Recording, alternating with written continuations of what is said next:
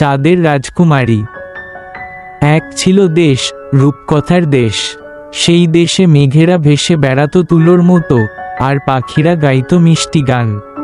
সেই দেশের গল্প আজ তোমাদের শোনাব। অনেক অনেক দিন আগে চাঁদের বুকে বাস করত এক রাজকুমারী। তার নাম ছিল তারা। তারার চুল ছিল রূপালি, আর চোখ দুটো যেন তারার মতোই ঝকঝকে। তারা রোজ রাতে আকাশের দিকে তাকিয়ে থাকত। সে দেখত পৃথিবীর আলো ঝলমলে শহর, সবুজ মাঠ আর নীল সমুদ্র। তার খুব ইচ্ছে করত পৃথিবীতে যেতে।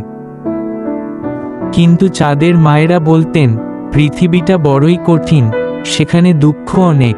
তারা তবুও স্বপ্ন দেখত, একদিন সে ঠিক পৃথিবীতে যাবে। একদিন রাতে তারা দেখল একটি ছোট্ট ছেলে কাঁদছে। ছেলেটির মন খারাপ, কারণ তার কোনো বন্ধু নেই। তারার খুব মায়া হলো। তখনই তারা এক জাদুকরী আলোয় ভর করে নেমে এলো পৃথিবীতে।